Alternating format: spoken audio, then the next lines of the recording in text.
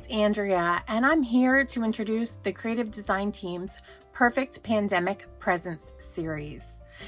Now, I know that this year has been anything but ordinary for me and for the girls at the creative design team, and I'm sure that's the same for you in your home with your family as well. This holiday season promises to be a little bit challenging, but we'd like to make it easier to maybe recognize some of the important people in your life with little gifts that you could give them. I know at this time of year, I'm usually exchanging cookies, platters of cookies with my neighbors, and that's something that I'm probably not going to do this year. So we hope to provide you with some perfect little presents that you might be inspired to create instead. Now, we just want to wish you a very happy and healthy holiday season, and I hope that you find some inspiration here with the creative design team. Thanks for watching. Here's a look at the project that we will be learning how to create in this video.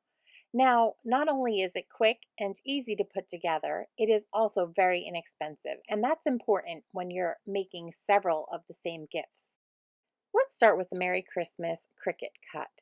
I have uploaded an image that I purchased from kitali.com, and I'm just going to find that in my uploaded image history here. So I've selected the Merry Christmas, and you'll see that the image comes in approximately 3 by 3 inches.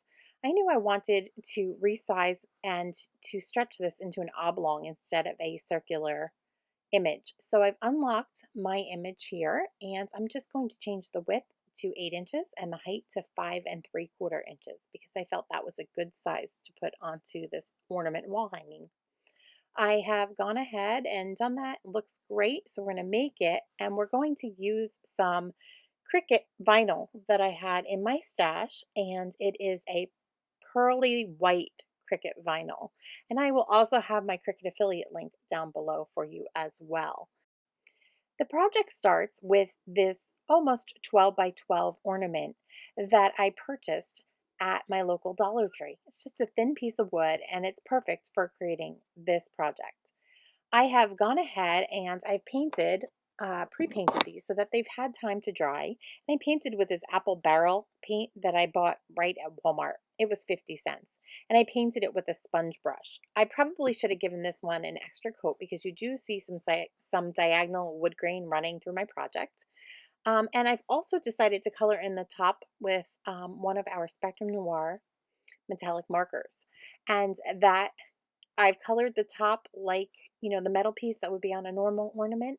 And I've done that just in case I don't cover up that part. I wanted it to have that little detail. I'm pulling in that Cricut vinyl that I've cut the Merry Christmas sentiment out of, and I am just going to begin to weed away the parts of the vinyl that aren't necessary for this project. So all of the negative backgrounds.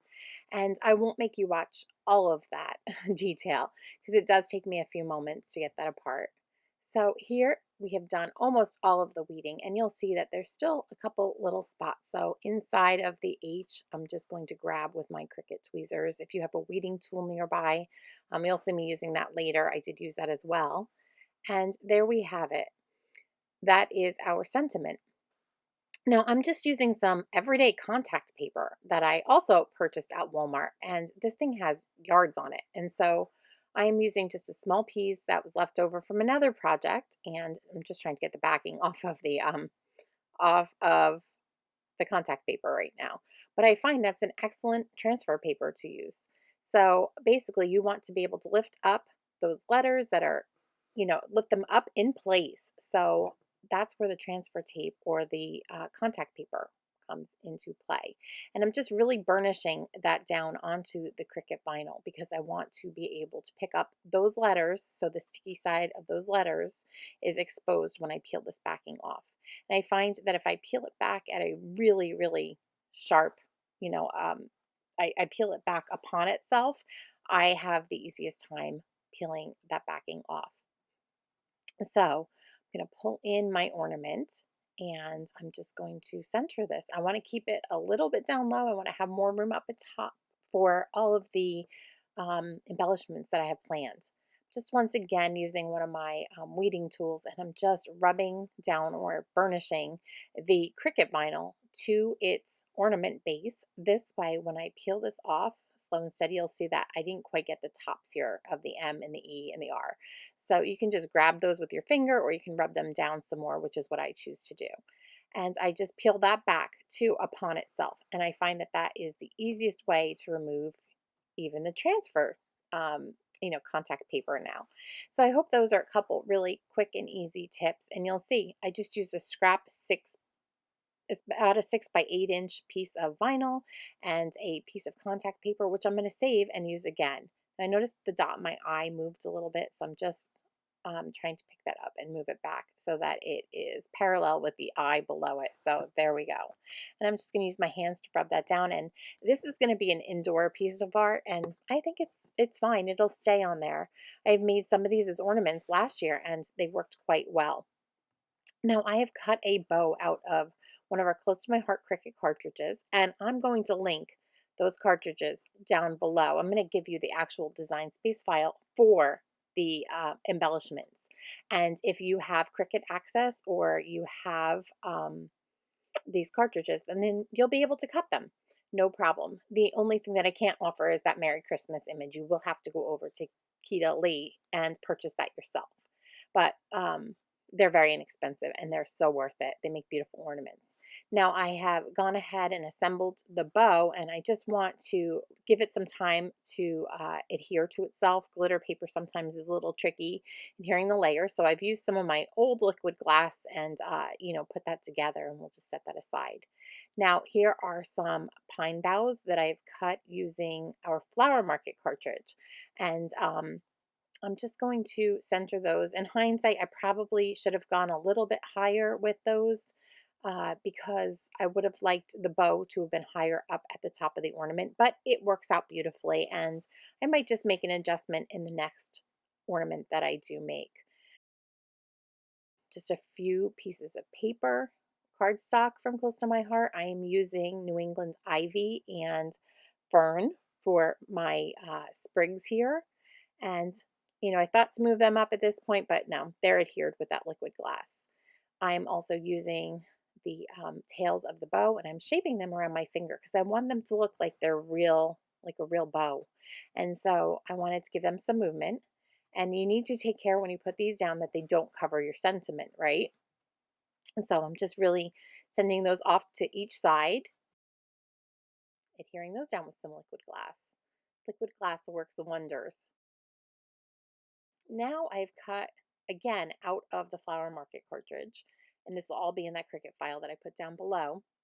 I'm just cutting out a few little twigs, and they have some berries on them, and so I'm just going to adhere those down as well. Again, these are all little tiny scraps of paper.